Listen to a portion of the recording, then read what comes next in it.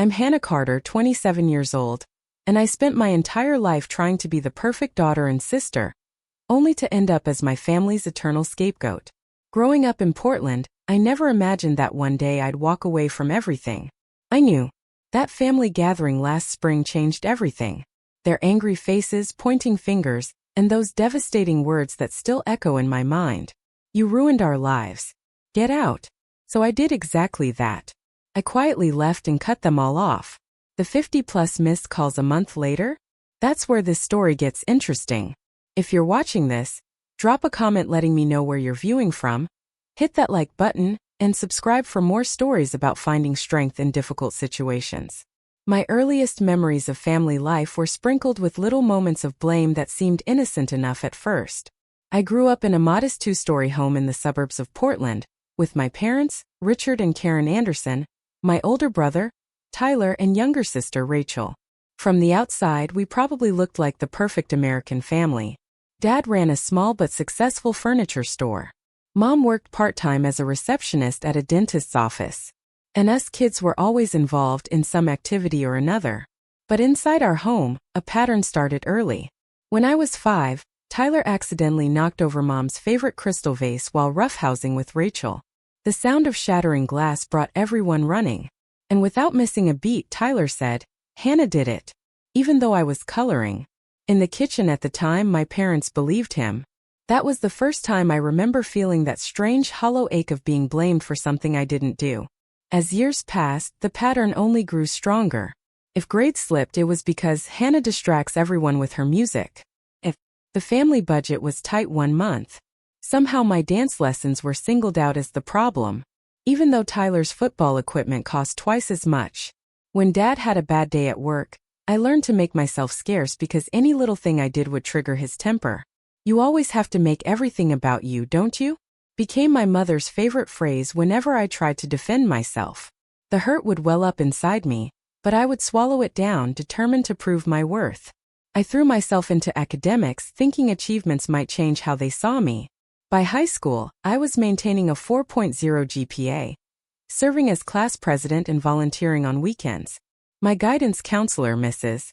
Jenkins, was the first adult who seemed to truly see me. "Hannah, you have such a bright future ahead," she told me during my junior year. "Stanford would be lucky to have you."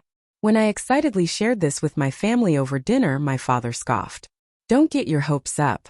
We can't afford fancy schools, especially with Tyler's college fund already stretched thin." "But I could get scholarships," I replied, my voice smaller than I wanted it to be. "Always dreaming too big," my mother sighed. "Maybe consider something more realistic." Rachel rolled her eyes across the table. Drama queen. That night I cried silently into my pillow, a practice I'd perfected over the years, despite their lack of support. I did get into Stanford with a substantial scholarship. The night I received my acceptance letter, I found my parents and siblings huddled in the living room, expressions grim. "What's wrong?" I asked, the letter clutched behind my back. "Your brother didn't get into his first choice school," my mother explained, arm around Tyler. "We're trying to figure out what to do now." I slowly tucked the Stanford letter into my back pocket. That wasn't the right time. It never seemed to be the right time for my achievements. When I finally told them 3 days later, my father's first response was, "How much is this going to cost us?" Not congratulations, not pride, just concern about money. Despite the scholarship I'd worked so hard for at Stanford, I blossomed away from my family's shadow. I made real friends for the first time. People like Amber Williams and Jasmine Chan, who valued my opinions and didn't blame me when things went wrong. The distance should have helped my relationship with my family, but phone calls home always left me anxious. Somehow, even from hundreds of miles away, I was still blamed for things. "Ever since you left, your sister's grades have dropped. My mother informed me during my sophomore year. She misses you, even though she won't admit it." The implication was clear. Rachel's academic problems were somehow my fault for pursuing my own education. After graduation, despite job offers in California, I moved back to Portland. Part of me still desperately wanted my family's approval, still believed I could change the dynamic if I just tried hard enough. I found a position at a growing marketing firm, rented a small apartment about 20 minutes from my parents' house, and resumed the role of dutiful daughter with weekly family dinners. Marketing, my father had scoffed when I told him about my job. So basically, you trick people into buying things they don't need. I tried once, in a moment of courage at 24, to address the scapegoating directly. We were having Sunday dinner, and I'd just been blamed for my mother forgetting to buy ingredients for dessert, somehow because I'd called earlier to confirm what time I should arrive. I've noticed something, I said carefully, setting down my fork. It seems like whenever something goes wrong, I get blamed for it, even when I have nothing to do with it. The silence that followed was deafening. Are you serious right now? Rachel finally said. You're so self-centered. Always the victim, Tyler added with a smirk. My father's face darkened. After everything we've done for you, this is the thanks we get? Accusations? My mother simply looked disappointed. Hannah, I thought you'd outgrown this attention-seeking behavior. I never brought it up again. By 27, I'd been promoted to senior marketing strategist at my firm. After years of therapy with Dr. Miles, I was slowly building boundaries with my family while maintaining the relationship. I limited dinners to twice a month. I learned to end phone calls when they turned toxic. Small steps towards self-preservation. The promotion should have been a moment of pure celebration. My boss, Veronica Patterson, had praised my creative campaigns and client retention rate. There was a substantial raise, more creative control, and the possibility of heading up a new branch office in Seattle. I was ecstatic but apprehensive about telling my family. As expected, the news wasn't received well at our next dinner. So you're abandoning the family business when we need you most? My father asked, his voice laced with disappointment. Dad, I've never worked at the furniture store, I reminded him gently. But your marketing skills could save us right now, my mother interjected. Sales have been dropping for months, and just like that, my promotion wasn't an achievement to celebrate, but a selfish act that hurt the family. The familiar weight of unearned guilt settled on my shoulders as I drove home that night, wondering why I kept subjecting myself to this treatment while simultaneously unable to imagine cutting ties completely. Little did I know, circumstances were about to force my hand in ways I never could have anticipated. Anderson Furniture had been a Portland fixture for nearly 30 years. My grandfather started it, my father expanded it, and it was always assumed that Tyler would eventually take over. The store specialized in hand-finished wood furniture, a niche market that had been profitable, but was increasingly challenged by big-box stores and online retailers. When my father mentioned declining sales during my promotion dinner, I offered to help. Not because I felt obligated, but because despite everything, I loved my family and wanted them to succeed. I could update your website and run some targeted ad campaigns, I suggested during a follow-up visit. Free of charge, of course. My father's shoulders relaxed slightly. That would be helpful, Hannah. For the next few months, I spent my evenings and weekends working on the family business. I built them a beautiful new website with an online store, created social media accounts, and designed digital marketing campaigns targeting specific customer demographics. I even arranged for professional photos of their furniture pieces. Sales began to improve slightly, but not enough to offset what I later discovered was a much bigger problem. During a rare moment of vulnerability, my mother confided that the business had taken out a substantial loan 2 years prior to renovate the showroom and warehouse. The monthly payments are killing us, she admitted over coffee one Sunday afternoon. Your father hasn't been sleeping. Maybe I can help look over the finances, I offered. I deal with budgets at work all the time. The look of relief on my mother's face should have been a warning sign. Would you? That would be such a weight off our shoulders. What I found in the company books shocked me. The renovation loan was just the tip of the iceberg. There were multiple high-interest loans, maxed-out credit lines, and a cash flow problem that no amount of marketing could solve. The business needed serious financial restructuring. When I presented my findings to my parents, my father grew defensive. So now you're a financial expert too? He snapped. I've been running this business since before you were born. I'm just trying to help, Dad, I said calmly. Based on these numbers, you might want to consider downsizing the warehouse space or possibly selling some inventory at a discount to improve cash flow. Absolutely not, he responded, face flushing with anger. That furniture represents our family legacy. Despite his resistance, the situation grew dire enough that my parents eventually took some of my advice. They listed part of the warehouse for rent and ran a modest sale. They also applied for a refinancing loan, which is where things took a complicated turn. Due to my father's already overextended credit, the bank required additional guarantors for the loan. Tyler was still carrying student debt from his business degree, and Rachel had recently bought a house with her husband, Justin. That left me with my excellent credit score and stable income as the logical choice.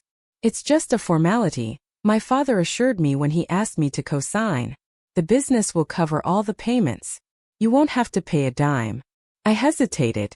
Every financial expert would advise against co-signing a loan for a struggling business, even a family one. But the alternative was watching my family lose everything they built.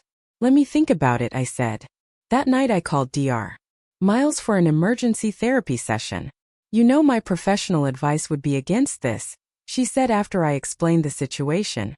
But I also understand the emotional complexity here.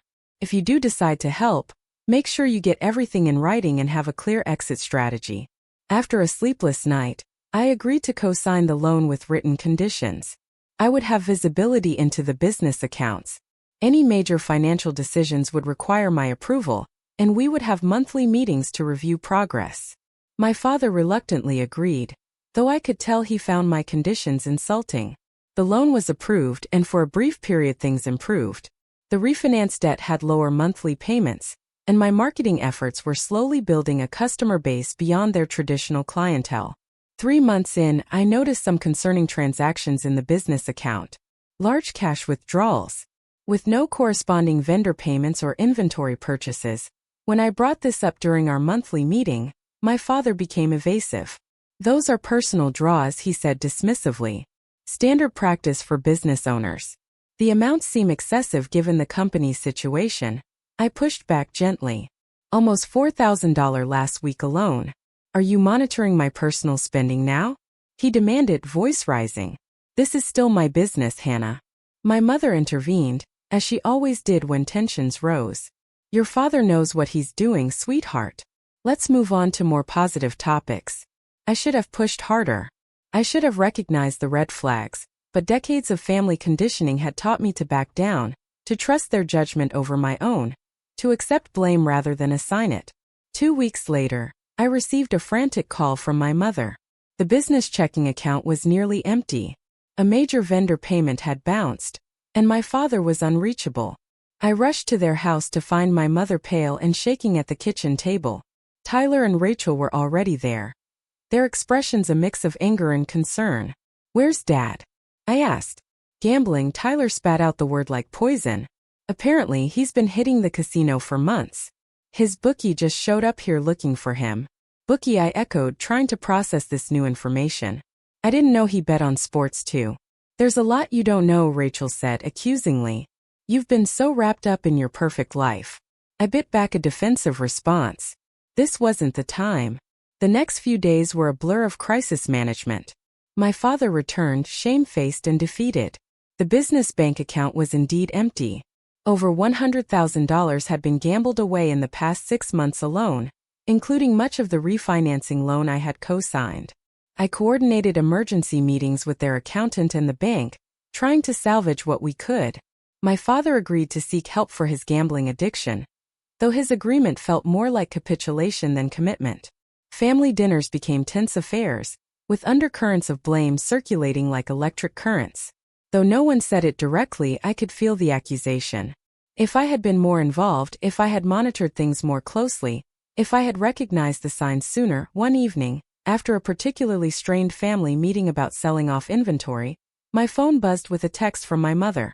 Family meeting tomorrow night at 6. Everyone will be there. Very important you come. No excuses. The formal tone was unusual for my mother. Typically, her texts included at least one endearment and several emojis. This felt different. Ominous. Is everything okay? I texted back. Just be there, came the reply. As I drove home that night, a sense of foreboding settled over me. Something had shifted in the family dynamic, and instinctively, I knew I wasn't going to like what came next. The next evening, I pulled into my parents' driveway at exactly 6 o'clock. My stomach had been in knots all day, a physical manifestation of anxiety I'd come to recognize from years of family tension. I'd even considered canceling my therapy appointment that afternoon to prepare mentally, but Dr. Miles had talked me through breathing exercises and boundary-setting strategies that I hoped would help me navigate whatever was coming. What I didn't expect was the number of cars already parked along the street. I recognized Tyler's pickup truck and Rachel's minivan, but also my grandfather's ancient Buick, my Aunt Patricia's SUV, and several other vehicles belonging to extended family members. What on earth? I muttered to myself as I collected my purse and the folder of financial documents I'd brought just in case. This wasn't just a family meeting. This was something much bigger. The front door was unlocked, and the moment I stepped inside, the buzz of conversation abruptly stopped. I walked into the living room to find it packed with people. My parents sat side by side on the sofa, expressions grim. Tyler and Rachel flanked them like sentries. My grandparents, 2 aunts, an uncle, and several cousins occupied every other available seat. All eyes turned to me. "There she is," my father said, his voice oddly flat. "Now we can begin." "Begin what exactly?" I asked, trying to keep my voice steady as I remained standing near the doorway. "What's going on?" My mother couldn't meet my eyes. "We need to discuss the family situation, Hannah." "The family situation that you created," Tyler added sharply. I blinked in confusion. "I'm sorry?" "Don't play innocent," Rachel snapped. "We know what you did." My grandfather, normally the gentlest person in our family, looked at me with disappointment. I never thought one of my own grandchildren would destroy what took generations to build. The sense of being ambushed was overwhelming. I clutched the folder of documents tighter, as if it might shield me from what was happening. "I genuinely have no idea what you're talking about," I said, my voice smaller than I intended. My father stood up then, face flushed with anger. "The website, Hannah. The marketing campaigns. The help you so generously offered. What about them?" "They destroyed our business," he shouted, making me flinch. "You drove away our loyal customers with your modern nonsense. 30 years of reputation ruined because you had to show off your fancy marketing skills." I struggled to make sense of this accusation. "Dad, the online sales have been increasing every month. The data shows that." "Data," he scoffed. "Our regular customers stopped coming in. They said the store didn't feel like their place anymore after your changes." My Aunt Patricia nodded vigorously. "My bridge club used to shop there exclusively. Now they go to Furniture Pavilion instead. They said your website made Anderson's look too expensive." This was the first I'd heard of any customer complaints. Why didn't anyone tell me this was happening? We could have adjusted the marketing approach. "We shouldn't have had to tell you," my mother interjected. "You're supposed to be the expert." The accusations continued, each family member adding to the growing pile of blame. The website had attracted the wrong kind of customers. The social media posts weren't traditional enough. My suggestion to offer some more modern pieces alongside their classic designs had diluted the brand. I tried to defend myself with facts. The sales report showed overall growth. The customer demographics had expanded, not contracted. The profit margins on the new items were actually higher than on the traditional pieces. But no one was listening. Each time I opened my mouth, someone would talk over me, dismiss me, or twist my words. Then came the financial accusations. "You advised us to take out that refinancing loan," my father said, conveniently forgetting that it had been his idea from the start. "Now we're deeper in debt than ever." "You were already in debt because of the gambling," I reminded him, immediately regretting bringing up this painful point. The room went deadly silent for a moment. "How dare you?" my mother whispered. "Your father is struggling with an addiction, and you throw it in his face. After everything we've done for you." "I'm not throwing anything in anyone's face," I said, fighting to keep my composure. "I'm just trying to establish the timeline accurately, always with the excuses," Tyler said with disgust, always finding someone else to blame. The irony was so thick I could barely breathe. "What about the loan conditions?" Rachel added. "Dad couldn't make a single business decision without your approval. You basically handcuffed him." "Those conditions were to protect everyone involved, including me as a co-signer," I explained, opening the folder to find the agreement we'd all signed. "Dad agreed to these terms." "Under duress," my father shouted. "What choice did I have? The business was struggling, and you held your precious credit score over my head." I looked around the room, seeking one sympathetic face and finding none. Even my grandmother, who used to slip me extra cookies when no one was looking, sat with lips pursed in disapproval. The accusations kept coming, expanding beyond the business failures to encompass apparently every family problem of the past decade. My moving to college had broken the family apart. My constant criticism had worn down my father's confidence. My selfish career ambitions had deprived the family business of my marketing skills until it was too late. I remembered Dr. Chow Miles' advice about setting boundaries. I understand you're all upset, but these accusations aren't fair or accurate. I tried my best to help while maintaining my own career. Your best? My father laughed bitterly. Your best has ruined us. The bank is threatening foreclosure on the business loan, which means your mother and I could lose our house. My heart sank. The house is collateral? Of course it is, Tyler said. Not that you'd care. You're probably loving this, seeing us all fail while you succeed. That's not true, I protested, tears finally breaking through my composure. You're my family. I love you. I want to help. We don't need your kind of help, my father said coldly. Standing up, he pointed toward the door. You've done enough. You ruined our lives, Hannah. Get out and don't come back. The words hit like physical blows. I looked to my mother. Surely she would defend me? But she stared at her hands, silent. Mom, I whispered. I think it's best if you go, she said quietly, not meeting my eyes. I looked around the room one last time, at the faces of the people who were supposed to love me unconditionally. People I'd spent my entire life trying to please. People who had always found me wanting. A strange calm settled over me then. A clarity I'd never experienced before. Without another word, I placed the folder of documents on the coffee table, turned around and walked out the door. No one called after me. No one followed. As I drove away from my childhood home, tears streaming down my face, I had no idea that this moment of utter devastation would actually become the first step toward my liberation. The drive home from my parents' house that night remains a blur in my memory. Somehow I navigated the familiar streets on autopilot, tears making the traffic lights blur into halos of color. By the time I reached my apartment, my hands were shaking. So badly I dropped my keys twice before managing to unlock the door.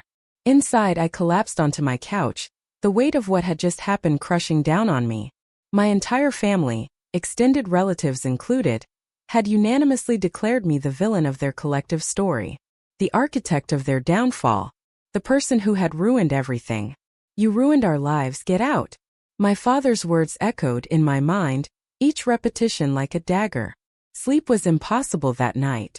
I paced my small apartment, replaying not just the confrontation, but every memory I could summon from childhood to present. The pattern was so clear now, so glaringly obvious, that I couldn't understand how I'd missed it for 27 years. Or perhaps I hadn't missed it at all. Perhaps I'd simply accepted it as my due, internalized the idea that somehow I deserved to be the family scapegoat. I remembered my 10th birthday party, canceled because Tyler had a football game the same day. Why do you always have to make everything about you? My mother had asked when I cried. As if my wish to celebrate my birthday on my actual birthday was selfishness incarnate. I remembered my high school graduation, how my family had arrived late and left early because Rachel wasn't feeling well.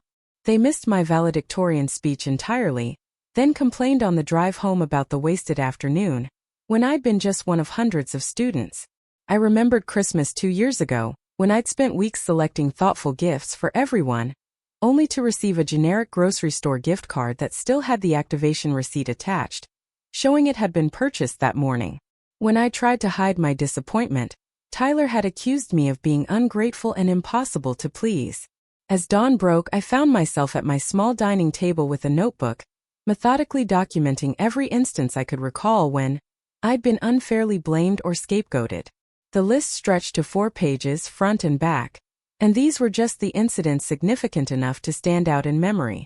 For the first time, I allowed myself to feel the full magnitude of the injustice. Not just disappointment or hurt, but genuine anger. Anger at my family for their treatment of me. Anger at myself for accepting it for so long.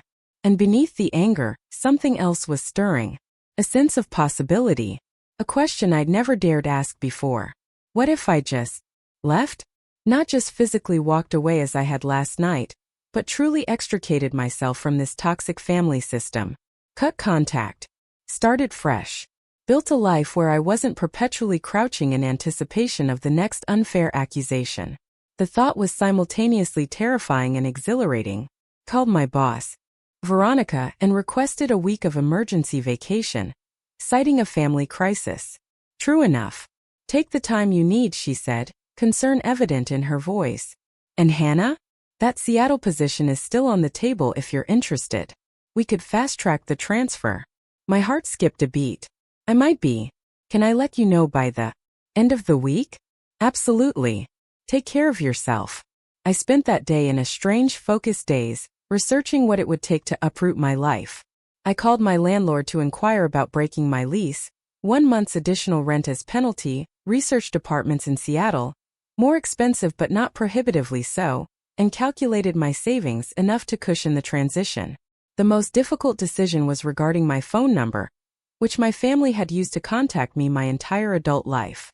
Changing it felt like a drastic step, a severing of connections, but as I scrolled through recent text exchanges with my parents and siblings, seeing the pattern of guilt trips, demands, and subtle put-downs, I knew it was necessary. I visited my bank to ensure my accounts were secure and solely in my name.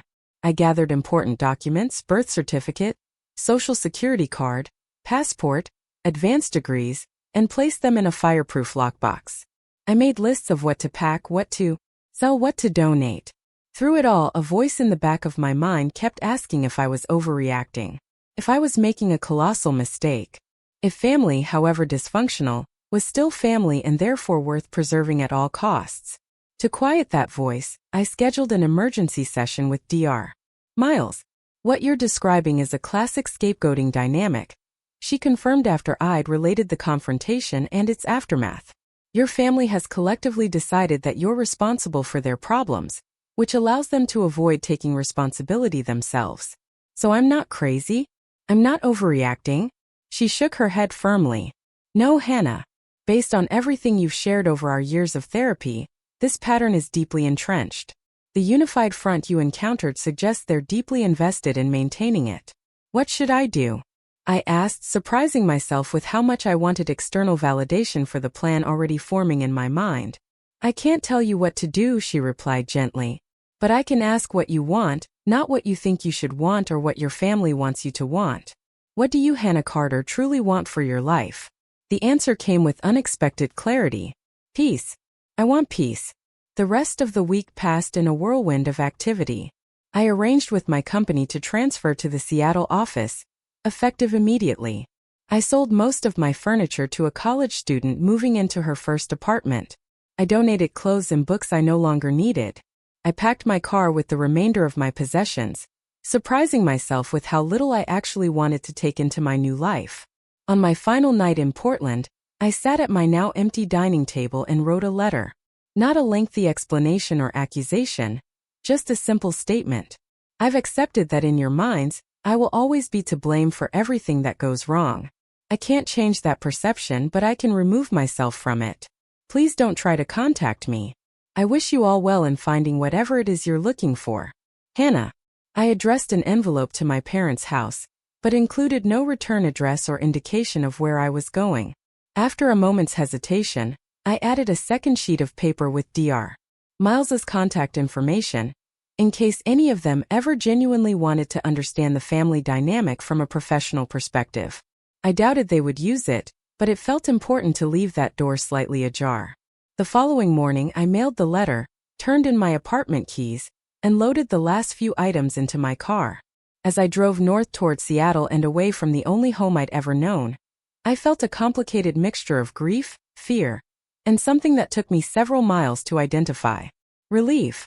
For the first time in 27 years, I was free from the expectation of being the perfect scapegoat, free from the burden of absorbing my family's displaced blame, free to discover who Hannah Carter might become when not constrained by the role she'd been assigned since childhood. It was terrifying. It was liberating. It was necessary. And as the welcome to Washington sign appeared on the horizon, I allowed myself to feel something I hadn't experienced in a very long time. Hope. Seattle greeted me with rain, which felt appropriate somehow. As I drove through unfamiliar streets with my windshield wipers keeping time, the reality of what I'd done began to sink in. I had no family to call, no friends in this new city, just a job transfer and a temporary Airbnb booking for the next 2 weeks while I searched for a permanent place. The Airbnb was a small studio in Capitol Hill, sparsely furnished but clean. After unloading my few possessions, I sat on the edge of the bed and experienced my first moment of doubt. Had I overreacted? Was cutting off all contact too extreme? I reached for my phone instinctively, then remembered I'd already changed my number. There was no going back, at least not easily. The finality of that thought sent me into a panic attack, my first in years. For 20 minutes I sat on the floor with my back against the wall, struggling to breathe, convinced I'd made a terrible mistake. When the attack finally subsided, I did what I always did in moments of crisis. I made a plan. First priority was setting up my remote work arrangement until the Seattle office was ready for me. Second was finding an apartment. Third was establishing a routine, something to anchor me in this new reality. The next morning, I woke early and walked to a nearby coffee shop with my laptop. The barista, a woman with a sleeve of colorful tattoos and a kind smile, noticed me struggling with the Wi-Fi password. "First time here?" she asked, coming around the counter to help. "First time in Seattle, actually," I admitted. "Welcome. I'm Sophia, by the way." "Hannah." "Well, Hannah, any friend of Cafe Vita is a friend of mine. What brings you to our rainy city?" I hesitated, unsure how to answer without revealing too much to a stranger. "Work transfer. Fresh start." Sophia nodded as if this explained everything. "Best place for it. Seattle's full of transplants reinventing themselves." That simple interaction, barely 5 minutes long, became my first connection in my new city. I returned to the same coffee shop each morning, and Sophia always greeted me by name, eventually introducing me to her partner, Adam, and their friend group that gathered there on weekend mornings. My remote work arrangement with the marketing firm went smoothly. Veronica arranged weekly video conferences to keep me connected to the team, and the Seattle office renovation was proceeding on schedule for a formal opening in 3 months. Finding an apartment proved more challenging. Seattle's rental market was competitive, and without local references, I faced skepticism from several property managers. After 2 weeks of searching, I finally found a small one-bedroom in a converted industrial building in Ballard. The exposed brick walls and large windows sold me immediately, despite the slightly higher than planned rent. Moving in with my minimal possessions highlighted how much I'd left behind. My previous apartment had been filled with furniture and decorations chosen to please my family during their infrequent visits. This new space was a blank canvas, waiting for me to define it on my terms alone.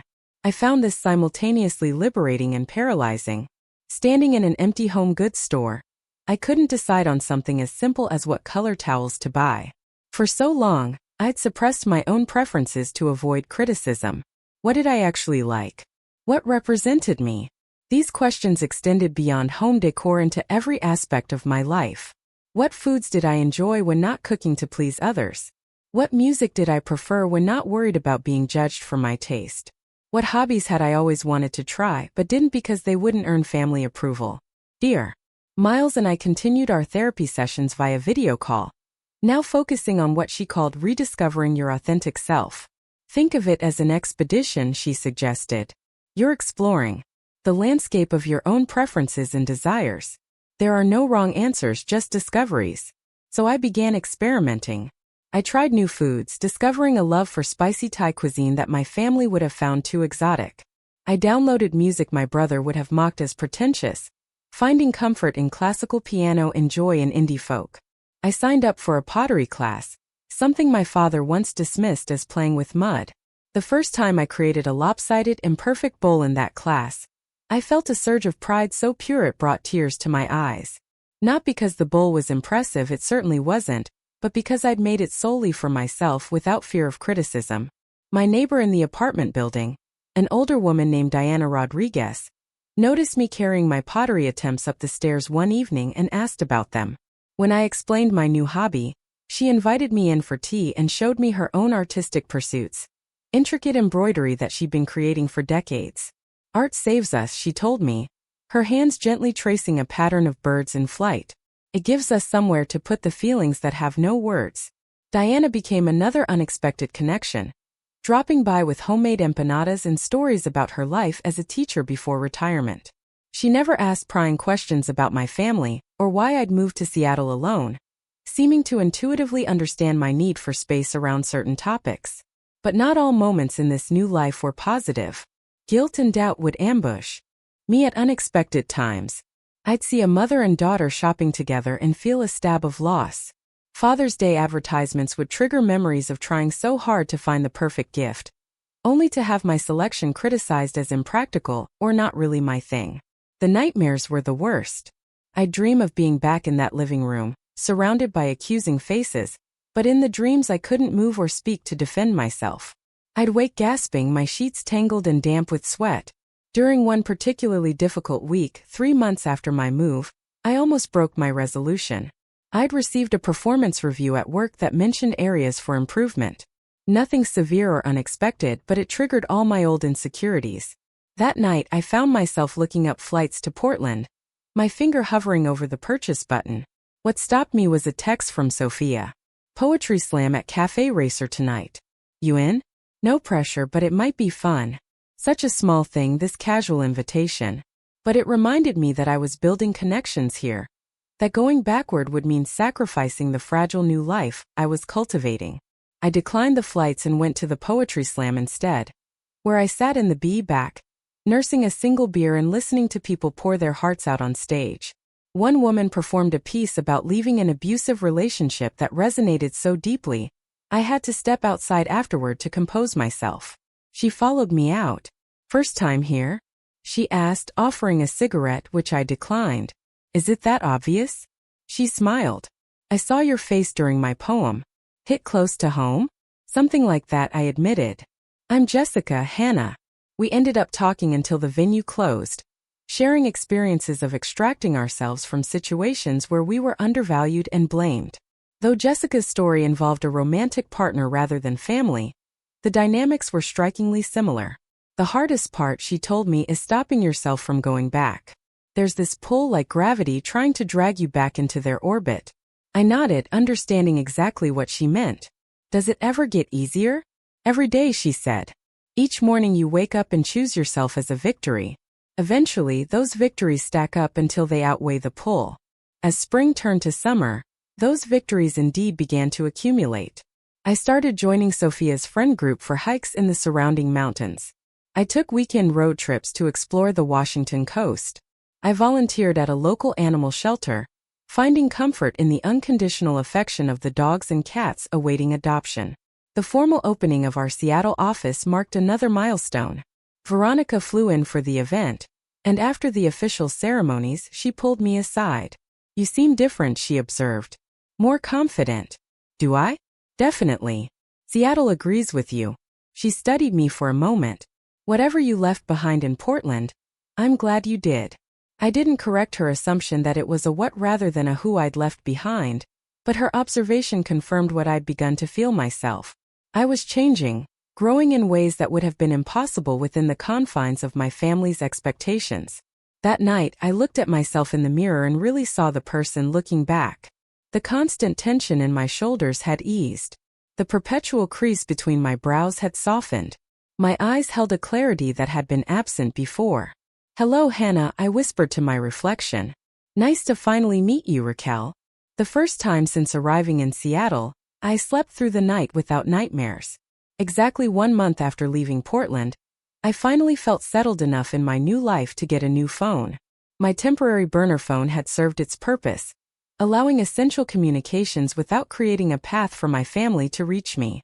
Now, with a permanent address and growing stability, I was ready to reclaim this aspect of modern life. The salesperson at the phone store was explaining the features of the latest model when I interrupted with a question. Would it be possible to check if there are any missed calls or messages on my old number before I fully disconnect it? He looked uncertain. That's unusual, but I think we can probably do that. You'd need to verify your identity, of course. An hour later, with the proper paperwork completed, I sat in the store's back room, staring at a computer screen displaying the activity on my old number. My heart pounded as I scrolled through the list.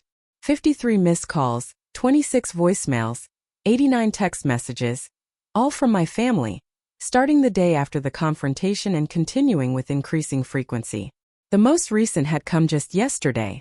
Would you like to listen to the voicemails? The technician asked. I nodded, my mouth too dry to speak. The first few messages were angry.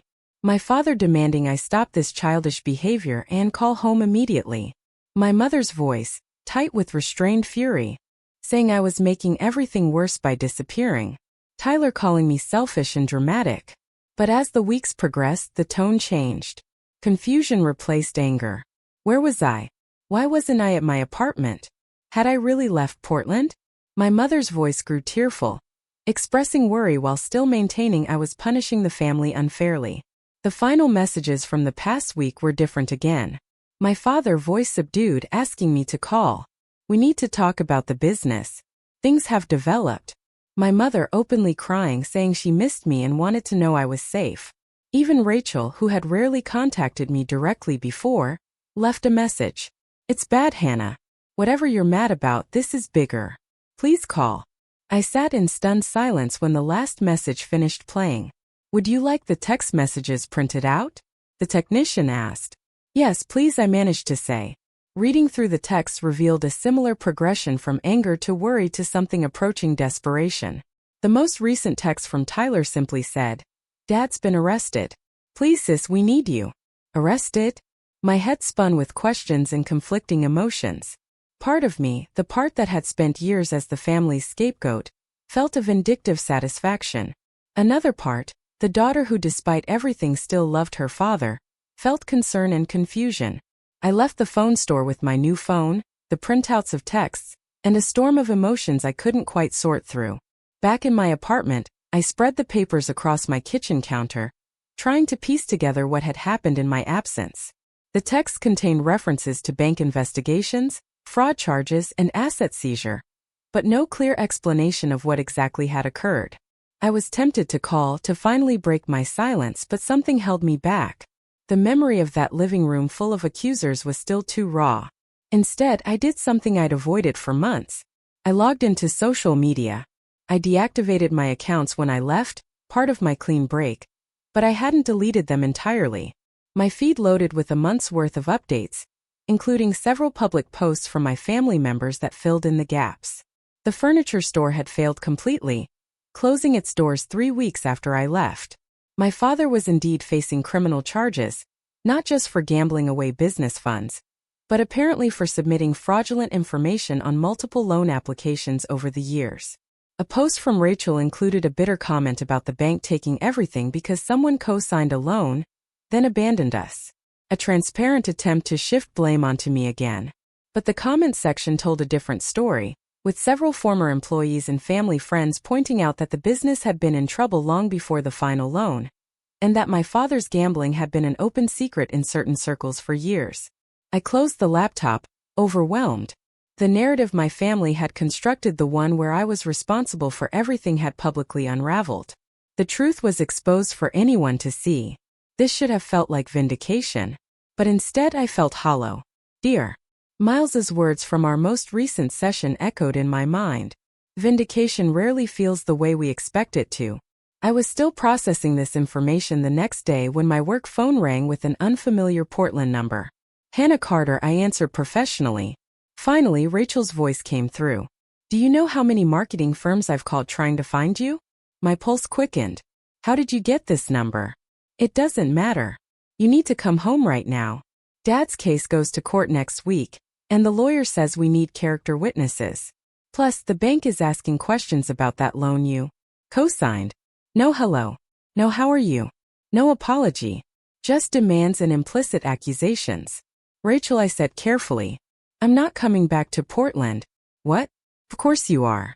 This is family. The same family that told me I ruined their lives. And to get out? There was a pause. That was just Dad being upset. You know how he gets. I do know. I've always known. That's why I left. So you're just abandoning us when things get hard? Real mature, Hannah. The familiar pattern of blame threatened to pull me back in, but I held firm. I didn't create this situation, Rachel. Dad's gambling and financial decisions did. I'm sorry he's in trouble, but I can't fix this. You're part of this whether you like it or not, she pressed. Your name is on that loan. A loan that I advised against. That I put conditions on specifically to prevent misuse. Conditions that were ignored. I've already spoken to a lawyer of my own about that situation. Another pause, longer this time. You got a lawyer? Yes, to protect myself. The bank already has my statement regarding the circumstances of the loan, and my father's concealment of his gambling addiction. So you're testifying against Dad? Her voice rose in disbelief. I'm telling the truth, something our family has never been very good at. The conversation deteriorated from there, with Rachel cycling through familiar tactics, guilt, accusations, emotional manipulation. When none of these worked, she finally resorted to threats. Fine, stay away if that's what you want, but don't think you can just start over with a clean slate. We know where you work now. Don't be surprised if your boss gets some interesting information about her new employee. A chill ran through me. Are you threatening me? I'm just saying. Actions have consequences. You turned your back on family. That means you're not protected anymore. After the call ended, I sat at my desk shaking. The old Hannah would have panicked, would have capitulated to prevent whatever vague harm Rachel was threatening. But the person I was becoming recognized this for what it was. A desperate attempt to maintain the family dynamic, to drag me back into the role of scapegoat. Instead of giving in to fear, I went directly to Veronica's office. Do you have a minute? I asked from her doorway. Of course. What's up? I closed the door behind me and took a deep breath. I need to tell you something about why I left Portland. For the next half hour, I explained the situation with my family, the business failure, my father's legal troubles, and Rachel's implied threat to contact Veronica with some unspecified accusations. When I finished, Veronica leaned back in her chair. Thank you for telling me this. Can't have been easy. I don't want there to be any surprises. I said, if my sister does contact you. Hannah, Veronica interrupted gently. Your work speaks for itself. Nothing your sister might say could change what I already know about you as a professional. She smiled. Besides, anyone who would threaten to sabotage their own sister's career isn't exactly a credible source. Is she? The relief was so intense I had to blink back tears. No, I suppose not. Family complications are complicated, Veronica said, but they're also private. As far as I'm concerned, your decision to relocate was a professional one that's benefited our Seattle office. The rest is your business. As I left her office, I felt a weight lifting. One more victory to add to the stack, as Jessica would say. One more choice to prioritize my well-being over toxic family dynamics. That evening, I received a final text on my new number, forwarded from the old one I'd now permanently disconnected. This isn't over. No signature, but the Portland area code made the sender clear. I looked at the message for a long moment, then deleted it without responding. In a way, Rachel was right. It wasn't over, not entirely. There would likely be legal and financial complications to navigate related to the co-signed loan. There might be more attempts to contact me to pull me back in, but something fundamental had shifted. My family no longer had the power to define me, to assign blame, to determine my worth. That chapter of my life at least was indeed over, and for the first time I was truly okay with that. 6 months after leaving Portland, Seattle had become home in ways I never anticipated. My apartment now reflected my personality, with pottery pieces I'd made displayed alongside books I genuinely wanted to read, rather than those that would impress others. I'd adopted a rescue cat, a one-eyed tabby named Milo, who greeted me each evening with unconditional affection. My circle of friends had expanded beyond Sophia and Diana to include fellow volunteers from the animal shelter, members of a hiking group, and colleagues from the now thriving Seattle office. I'd found my rhythm, my voice, my peace. The legal aftermath of my father's actions had played out largely without my direct involvement. Through my lawyer, I'd provided documents and statements establishing that I'd been misled about the business's financial situation when co-signing the loan. I'd agreed to a partial repayment plan that stretched my budget but was manageable. The bank had been surprisingly understanding once they reviewed the evidence of my father's deception.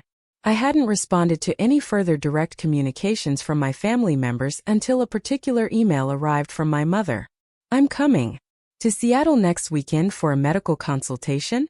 Would you consider meeting for coffee? Just me. No expectations. After discussing it with Dr. Miles, I agreed to a 30-minute meeting at a cafe near Pike Place, market-neutral territory where I could easily leave if necessary. I arrived early, selecting a table with a clear path to the exit, my therapist's strategies for managing anxiety firmly in mind. When my mother walked in, I barely recognized her. She looked years older, thin and gray, with none of the carefully maintained appearance she'd always prioritized. She spotted me and hesitated, as if unsure of her welcome. I didn't stand to hug her, but I nodded at the empty chair across from me. "Hello, Mom." "Hannah," she said, her voice catching slightly as she sat down. "You look well." "Thank you. I am well." An awkward silence followed as she ordered a tea and fidgeted with her napkin. I waited, determined not to fill the space with nervous chatter or apologies as I once would have. Finally she spoke. "Your father was sentenced last month. 2 years, mostly probation. The business is gone, of course. We had to sell the house to pay off the remaining debts." I heard, I said neutrally. My lawyer had kept me informed of developments relevant to my financial liability. "We're living in an apartment now. Smaller than what we're used to." "I'm sorry things have been difficult," I said, and meant it. Despite everything, I took no joy in my parents' downfall. She looked at me searchingly. "You really are, aren't you?" "Sorry, I mean even after how we treated you." I nodded, sipping my coffee. "I don't understand you, Hannah. I never have. You were always so different from the rest of us. So sensitive. So determined. So willing to take the blame even when it wasn't yours to take." She twisted her wedding ring. "A nervous habit I remembered from childhood. Until you weren't. People can only bend so far before they break," I replied quietly. "Or before they stand up straight." "Is that what you did? Stand up straight?" "Eventually."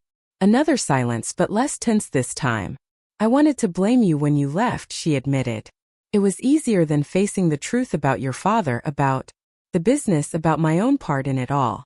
I blinked in surprise. This acknowledgement, however small, was unprecedented. "Rachel still blames you," she continued. "Tyler too, somewhat. It's easier than accepting that our family had problems long before the business failed." "And you?" I asked, holding my breath. She looked down at her tea.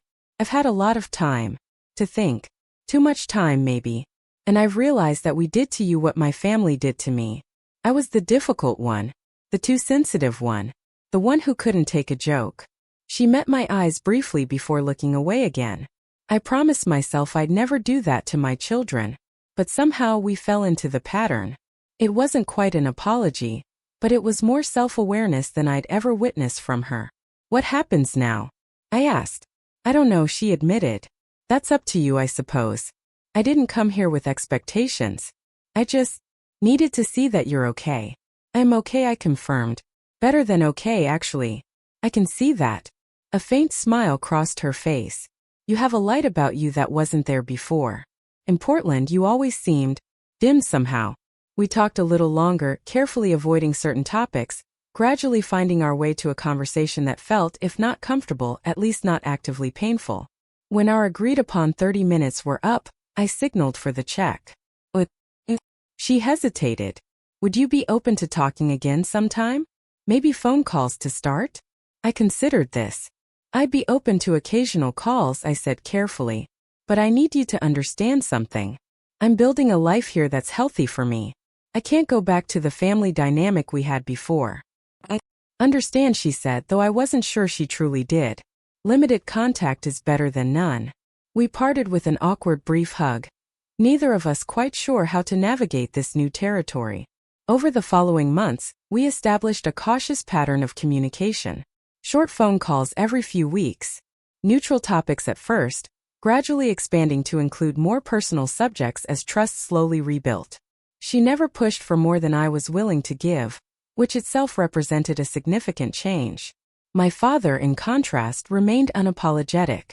When he finally called 6 months into his probation, his version of reconciliation involved suggesting I return to Portland to help rebuild the family name through a new business venture he was considering. "I don't think that would be healthy for either of us, Dad," I said gently. "Still holding grudges, I see," he replied bitterly. "I thought you were the forgiving one in the family." Forgiveness doesn't mean putting myself back in a harmful situation, I explained, recalling Dr. Miles's exact words on the subject. I can forgive you and still maintain my boundaries, he scoffed. Boundaries? That's therapist talk. Yes, it is, I acknowledged. And therapy has helped me understand a lot about our family dynamics. So now I'm some psychology case study? Perfect. More blame. I recognize the old pattern trying to reassert itself and refuse to engage. I'm not blaming you, Dad. I'm just saying I've found a healthy path forward for myself, and I need to stay on it. The call ended poorly, but I felt stronger for having maintained my position without being drawn into the familiar cycle of accusation and defense. Tyler remained distant, occasionally included in group texts from our mother, but never initiating contact himself. Rachel, true to form, vacillated between angry messages and tearful pleas, neither of which I engaged with beyond brief acknowledgments. The most unexpected development came during a weekend hiking trip with my now close friend Jessica and some others from our poetry slam group. We were resting at an overlook, admiring the view of Mount Rainier, when Jessica mentioned her younger brother was moving to Seattle. He's going through a rough time, she explained. His roommates basically turned him into their personal servant and blame him for everything that goes wrong in the apartment. The description was so familiar I felt a jolt of recognition. Classic scapegoating, I said without thinking. Exactly. I told him he needs to get out of there, but he keeps making excuses about loyalty and friendship. She looked at me thoughtfully. Would you maybe talk to him when he visits next weekend? You're the only person I know who really understands what it's like to extract yourself from that kind of situation. The request caught me off guard. My journey was still ongoing, my healing incomplete. Who was I to advise someone else? I'm not an expert, I demurred. You're the most expert person I know on this specific topic, Jessica insisted. Just coffee, no pressure. But I think hearing from someone who's been there could really help him. So the following weekend I found myself across a cafe table from Jessica's brother, Michael, a soft-spoken young man who reminded me painfully of myself 2 years earlier. He described situations that echoed my own experiences, the same patterns of blame and emotional manipulation, the same erosion of self-worth. I know I should probably move out, he concluded, but they're my friends. We've been through a lot together and maybe I am too sensitive, you know? Maybe I do need to try harder. I recognize the self-doubt, the internalized blame. Can I share something I've learned the hard way? I asked. He nodded. Relationships should make you feel valued, not diminished. They should be reciprocal, not one-sided. And most importantly, when someone shows you who they are through consistent behavior, believe them the first time. But what if it's my fault? He asked, the familiar question that had kept me trapped for years. Even if you have things to work on, which we all do, that doesn't justify being treated as the universal scapegoat, I explained. Real friends, real family help you grow. They don't tear you down to build themselves up. We talked for over 2 hours, well beyond our planned meeting time. By the end, he wasn't ready to make any decisions, but he had questions, perspective, and resources I wished I'd had when facing my own situation. As I walked home afterward, I felt a profound sense of purpose. My painful experience, rather than being simply something to overcome, had given me insight that could potentially help others. The scapegoat's journey, typically a solitary one, could perhaps be a little less lonely if those of us who had walked it shared our maps. This realization became a turning point in my healing process. I began volunteering with a support group for adults from dysfunctional families, eventually facilitating sessions that provided the validation and strategies I'd had to discover on my own. A year after leaving Portland, I stood on the Seattle waterfront watching ferries cross the Sound, reflecting on how far I'd come. The pain hadn't disappeared entirely, it probably never would, but it no longer defined me. I'd built a life filled with genuine connections, meaningful work, and hard-earned wisdom. My phone buzzed with a text from my mother. Thinking of you today, hope you're well. Simple, no demands, no guilt. A small sign of progress. I typed back, I am. Thank you. Hope you are too. Standing there, watching the water reflect the afternoon sun, I understood that healing isn't about perfect resolution or dramatic reconciliation. It's about finding peace within yourself, establishing healthy boundaries, and recognizing that while you can't change your past or control others' behavior, you can choose your own path forward. Family healing is possible, but it requires everyone's effort, not just the sacrifice of the scapegoat. Some relationships may transform and grow. Others may need to remain distant for your well-being. Both outcomes can be part of a healthy life. As someone who lived the painful journey from family scapegoat to self-liberation, I want to ask, have you ever had to walk away from a relationship that continuously diminished you? How did you find the strength to choose yourself? Share your experience in the comments below. And if this story resonated with you, please like, subscribe, and share with someone who might need to hear they're not alone in their struggle. Thank you for listening to my story. And remember, your worth isn't determined by those who fail to see it.